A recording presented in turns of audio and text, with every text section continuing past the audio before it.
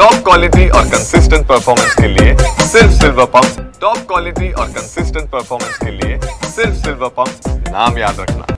समृद्धी महामार्गाचा अंतिम टप्पा आजपासून सुरू होतोय आणि इगतपुरी पासून ते आमनेपर्यंतचा जो 76 किलोमीटरचा प्रवास आहे तो अगदी सुसाट होणार आहे। मी सध्या आमने परिसरामध्ये आहे आणि इथला हा समृद्धी एक्सप्रेस हायवे बनून पूर्णपणे तयार झालेला आहे। 12 वाजता हा वाहतुकीसाठी खुला होणार आहे, पण त्यापूर्वी हा रस्ता नेमका कसा तयार करण्यात आलेला आहे आणि किती सुसज्ज आहे, सुसाट आहे, किती भव्य दिव्य आहे हे सुद्धा आपण पाहणार आहोत आणि आपल्या प्रेक्षकांना TV9 मराठीच्या पहिली जी दृश्य आहे ती आपण या ठिकाणी दाखवतोय। तर हा प्रवास आपण या ठिकाणी सुरू करतोय की कशा पद्धतीचा हा प्रवास असणार आहे आणि सगळ्यात महत्त्वाचं म्हणजे या ठिकाणी जर पाहिलं तर 4 पदरी जी वाहतूक आहे ती या ठिकाणी एका रस्त्यावर आहे, तर दुसऱ्या रस्त्यावर सुद्धा आपण पाहतोय की 4 पदरी लेन आहे आणि दोन्ही बाजूची जी वाहतूक आहे ती सुरू होणार आहे।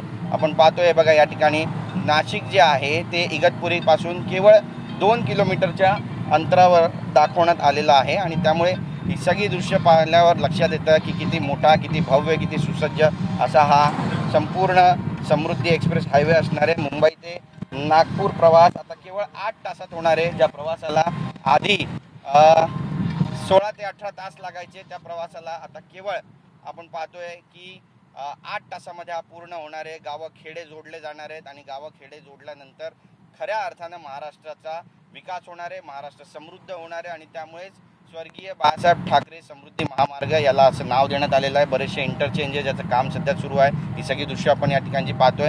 सुसज्ज असा हा समृद्धी एक्सप्रेस हायवे आहे आणि गाडी पूर्ण वेगानं, पूर्ण क्षमतेने या ठिकाणी चालते, पण कुठलाही जग सध्या तरी या ठिकाणी लागत नाही आहे असं स्पष्ट दिसतंय आणि 60 ते 80 किलोमीटरच्या वेगानं जी गाडी आहे ती सध्या या ठिकाणी चालत असल्याची दृश्य आपल्याला पाहायला मिळत आहेत। आणि सगळ्यात महत्त्वाचं म्हणजे मोठे मोठे बोगदे जे आहेत ते सुद्धा या ठिकाणी जवळपास 11 किलोमीटरचा जो बोगदा आहे तो इगतपुरी ते ठाण्याच्या दरम्यान आहे आणि त्यामुळे हा देशातला सगळ्यात मोठा बोगदा सुद्धा मानला जातोय। समृद्धी एक्सप्रेस हायवे कशा पद्धतीनं तयार झालेला आहे त्याची ही पहिली दृश्य आपण या ठिकाणची पाहतोय आणि महत्त्वाचा टप्पा, अंतिम टप्पा आज सुरू होणार आहे, ज्याची गेल्या अनेक वर्षांपासून प्रतीक्षा होती। 2022ला जेव्हा पंतप्रधान नरेंद्र मोदी यांनी नागपुरामध्ये याचं उद्घाटन केलं होतं, यानंतर टप्प्याटप्प्याने याचं उद्घाटन केलं गेलं आणि आज अखेरकार तो दिवस उजाडलेला आहे जेव्हा इगतपुरीपासून ते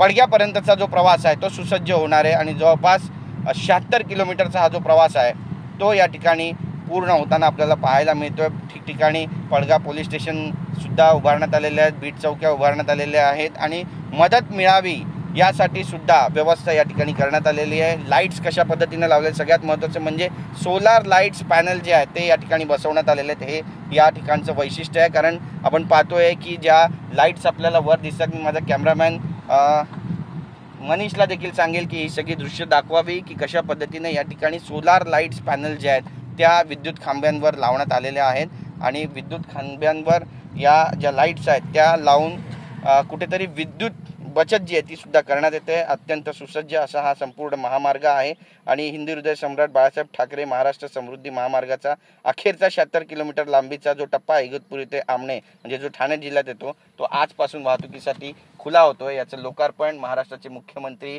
देवेंद्र फडणवीस, उपमुख्यमंत्री एकनाथ शिंदे आणि अजित पवार यांच्या हस्ते होणार आहे। त्यामुळे महाराष्ट्र खऱ्या अर्थानं कशा पद्धतीनं आता समृद्ध होईल हे सुद्धा पाहणं महत्त्वाचं ठरेल। कॅमेरा पर्सन मनीष विचारेसह गिरीश गायकवाड, TV9 मराठी, मुंबई।